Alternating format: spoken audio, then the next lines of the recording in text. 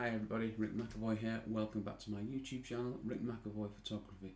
This week on my blog, and the video is from the week that I published the blog. My blog is titled 21 Photography Gear Essentials That Matter the Most to Me. Snappy title, eh? I've excluded cameras and lenses from this. This is the other bits, the bits that go with them. So let's go through the list quickly. I think a point on the cameras is that I have a Canon 6D which I use for my architectural work, and I have an Olympus EM5 Mark II which I use for my travel photography. When I'm on an architectural shoot, I have the Olympus gear in a separate bag in the car just in case something catastrophic happens. And when I go travelling, as well as the EM5, I have an EM10 as backup. I also have an overlap of my focal lengths on my lenses, so I'm never fully reliant on one bit of kit. There you go, that's that out of the way. The links in this post are affiliate links to Amazon, so if you click on something and buy it, or if you click on a link and then go and buy a car, go and buy a Tesla, I'll get a commission, so thank you. Number one item, and number one for a reason, is a tripod. I have 3 tripods. I used to have more, but I sold the stuff I haven't used in years on eBay. I have a Manfrotto 190 Go, a Manfrotto 055, and a 3-legged thing Punks Corey. The 3-legged thing tripod goes perfectly well with my Olympus Micro Four Thirds camera. The Manfrotto 190 Go I tend to use for architectural photography because the Manfrotto 055, although it's bigger, it's a bit clumsy really for the kind of stuff that I'm doing, especially interiors in houses and offices and buildings and what have you. The Manfrotto 190 Go just works for me. And that's the real point of this. I have 3 tripods, they all have their uses, they're all my favourites for different reasons. But every photo I take is taken on a tripod, pretty much. There's also another thing called a universal L bracket, which means that you can put your camera from a landscape to portrait mode.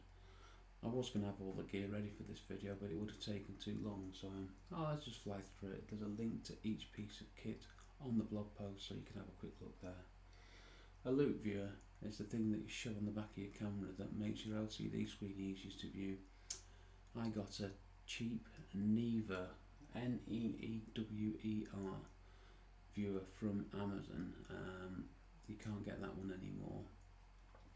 The best example I found is a Hudman Loop outdoor viewer. Basically it sticks on the back of your LCD screen, it covers it and it magnifies, so you look through a little viewfinder onto your LCD screen.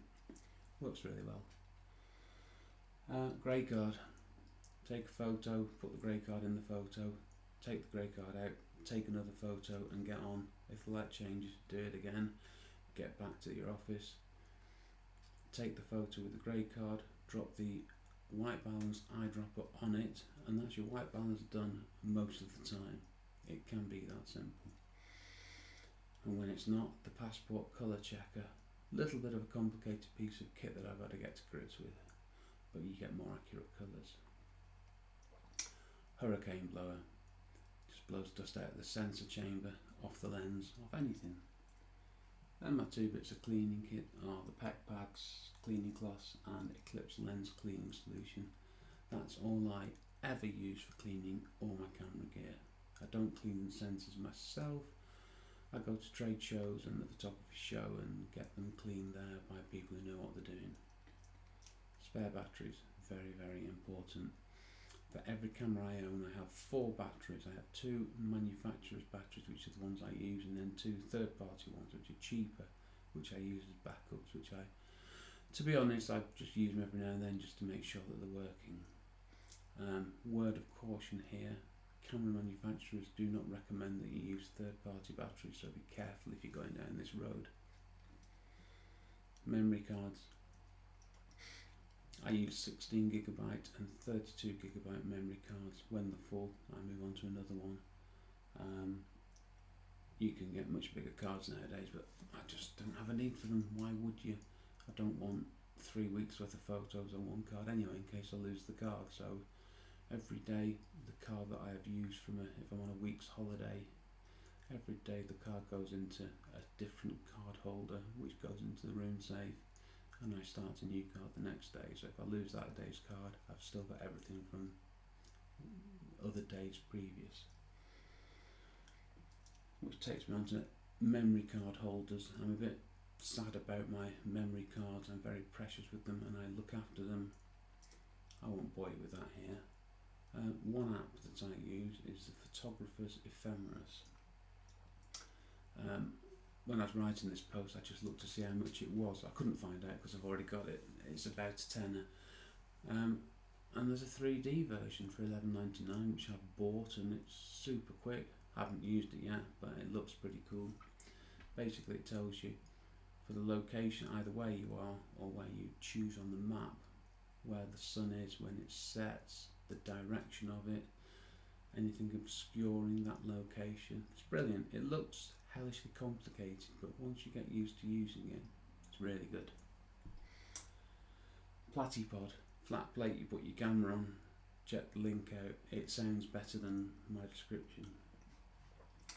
Manfrotto Pipsy, my camera, that's not a camera, is it? My iPhone is on that at the moment while I record this, along with the thing to put my phone on a tripod, which is that thing there, and I can record myself. Not good for you, good for me. DJI Osmo Mobile, I need to put number 3 after that really because it is a 3. Walk around, take videos. Brilliant for location stuff and for video walkthroughs of buildings. So something I'm working on at the moment. The quality on the iPhone is just so good anyway that that's fine. Rode Video Mic Me, I'm using that to make this recording. Plugs into the iPhone, job done. Painter's Bowl.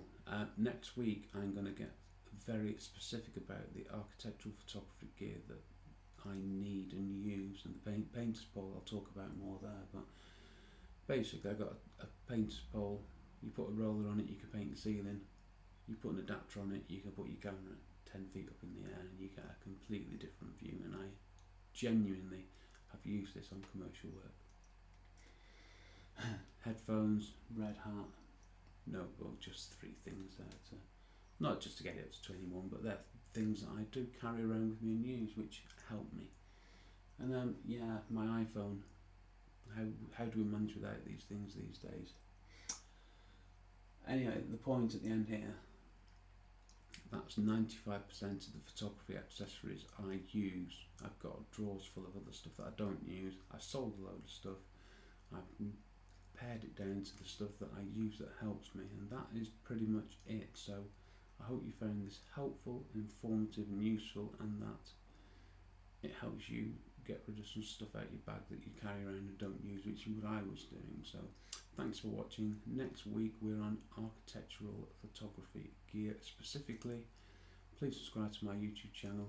Please subscribe to my blog. Check out my website, which is currently in the middle of being moved from Squarespace to WordPress. That's why I look so tired. It's a nightmare, but I'm getting to the end of it. Thanks for watching. See you next week. And now the awkward bit where I go for the stop button because I don't know how to trim out the end of the video. Bye for now.